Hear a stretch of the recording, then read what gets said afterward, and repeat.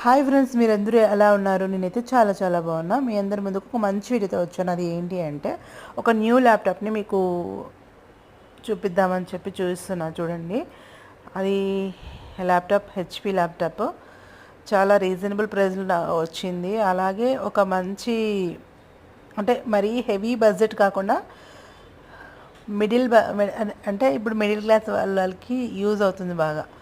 అంటే పెద్ద heavy budget పెట్టే అవసరం లేదు, మీడియం బడ్జెటే.